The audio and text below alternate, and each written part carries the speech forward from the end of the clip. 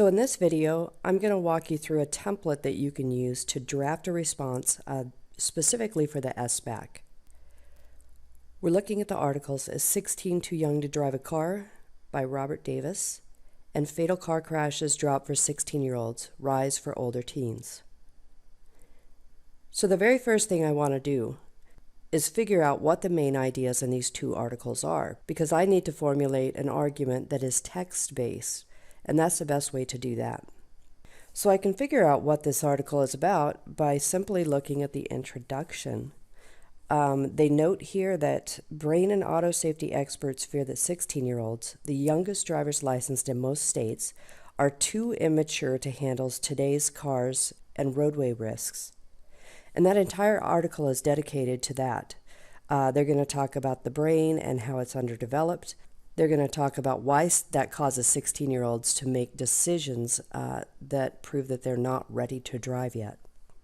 In the other article, Fatal Car Crashes Drop for 16-Year-Olds, Rise for Older Teens by Allison Aubrey, let's go ahead and forward ahead to that and take a look at their introduction.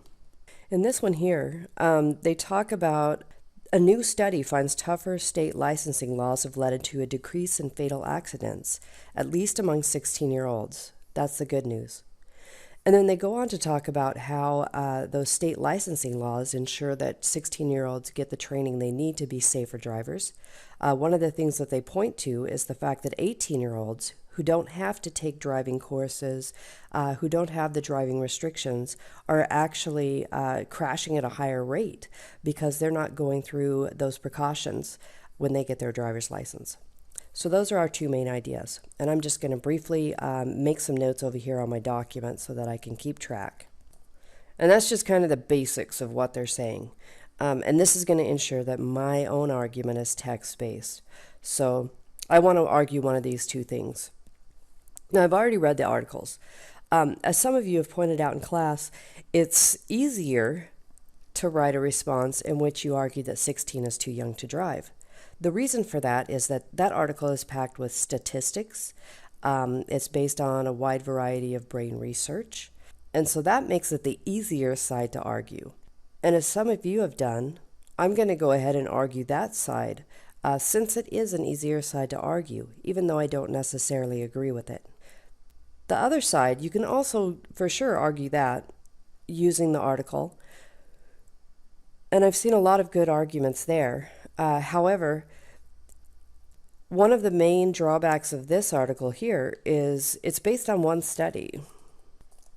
And I could use that perhaps as I go in and I make my argument, and I want to refute the other side. And so I could point that fact out.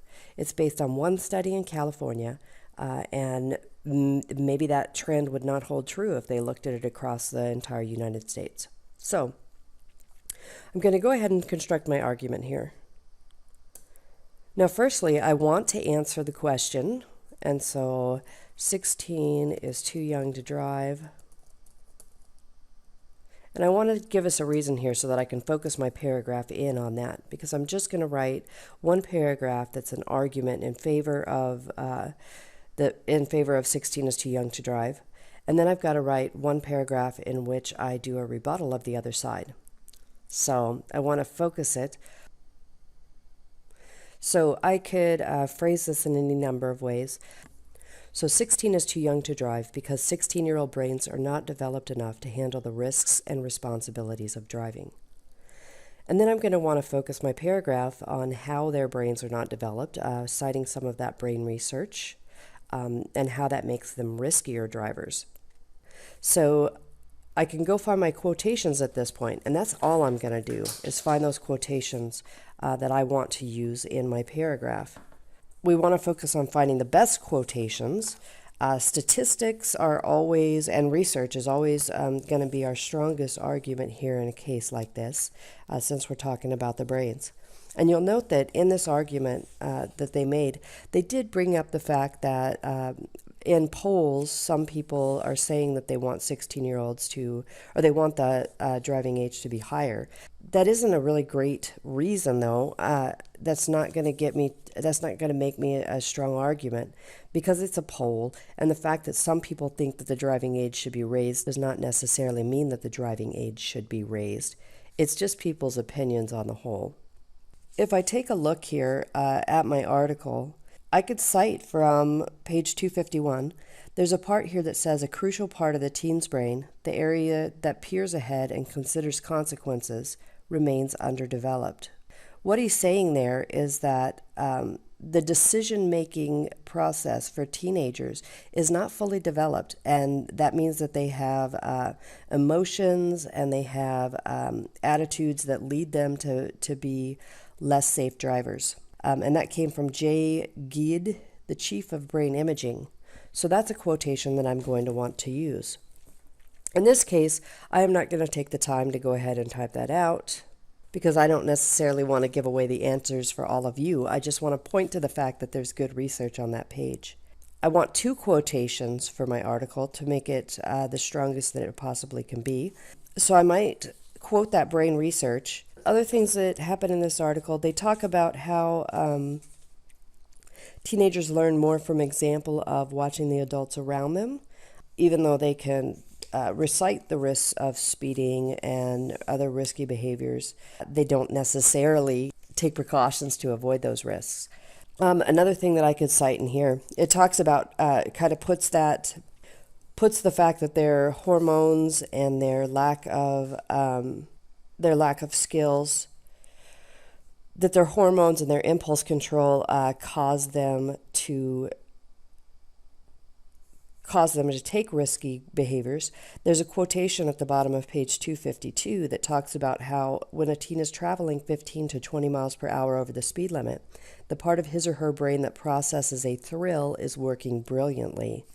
And so what they're saying there is that they're more inclined to lean towards those risk-taking, exciting behaviors rather, and not have the precautionary part of their brain, the side of their brain that worries about safety and such, overrule that impulse taking. Okay, so that's perhaps something that I would cite. Another part that I could cite is on page 250. It says that most fatal car crashes with 16-year-old drivers involve driver errors, especially the kind most common among novices. They also go on to say that's the highest percentage of error for any age group. And that kind of points to the fact that driver error is a common problem. Driver error is likely caused by their lack of development in the brain, because they don't have the decision-making skills yet to regulate the types of driver errors that they make. And for example, they say speeding is one of those problems. So it seems to point to the fact that more development of the brain is going to make those kinds of situations, is going to help correct those kinds of situations. In addition, there are some statistics on page 249 that I might want to use. There's a paragraph that says, in 2003, there were 937 drivers age 16 who were involved in fatal crashes. In those wrecks, 411 of the 16-year-old drivers died, and 315 of their passengers were killed. It goes on to say 16-year-old drivers are involved in fatal crashes at a rate nearly 5 times the rate of drivers 20 or older. In addition, there's a part on page 249 where it says that a new 17 or 18-year-old driver is considered safer. And I want to start off with that, the fact that the brain development is not advanced enough to lead them to make good decisions, because that risk-taking part of the brain often overrules the part of the brain that's going to be more cautious and consider the consequences. In addition, I want to focus on a piece of supporting evidence that illustrates that the lack of decision-making skills is going to lead to a higher rate of crashing and less safe behavior on the road. So it's dangerous to teens. Okay, so I'm going to go ahead and say that I'm going to quote on page 251. I'm also going to quote from page 250, where it talks about the novice driver errors and how those play out in the kids' lives. So quote 250. Okay, so those are going to be my 2 quotations.